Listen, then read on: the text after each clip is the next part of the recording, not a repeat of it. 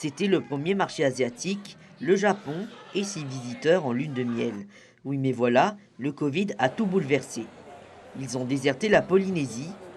La ligne directe Tokyo-Papeete ne reprendra que fin octobre. Mais le représentant de Tahiti Tourisme au Japon reste optimiste. Il va y avoir beaucoup de Japonais qui vont voyager davantage qu'avant le Covid et qui vont explorer de nouvelles façons de voyager. Des gens qui avaient l'habitude d'aller toujours aux mêmes endroits avant le Covid. Donc à mesure que le marché va s'ouvrir en 2023 et 2024, nous allons voir des Japonais venir dans les îles polynésiennes car c'est ce que beaucoup de Japonais recherchent aujourd'hui. Après la Chine, les touristes sud-coréens représentent le troisième marché asiatique. Avec 800 à 900 visiteurs par an en Polynésie avant le Covid, ils misent sur des séjours courts et romantiques. Un marché récent, l'agence de Tahiti Tourisme est représentée en Corée du Sud seulement depuis 2017.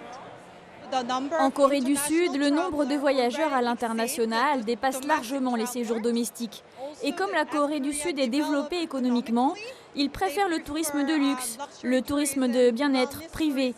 Et c'est parfait pour Tahiti. En Polynésie, les prestataires restent partagés. Le marché asiatique est encore frémissant et adepte des séjours de luxe. Tous ne parient pas dessus. Ils ne sont pas très aventuriers, donc nous, ce qu'on propose, voilà, c'est un peu de l'aventure. Je ne sais pas si ça va les intéresser, ce qu'on propose, mais voilà, pourquoi pas, peut-être, on verra bien. Ils voyagent à d'autres moments que les Américains ou les Européens. Donc ça nous permet d'avoir un flux de clientèle tout au long de l'année.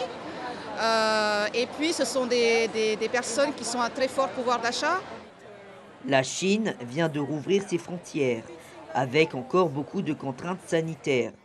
Pour l'heure, la majorité des touristes reste américaine et européenne. L'information en continu sur Polynésie la première, Internet et réseaux sociaux.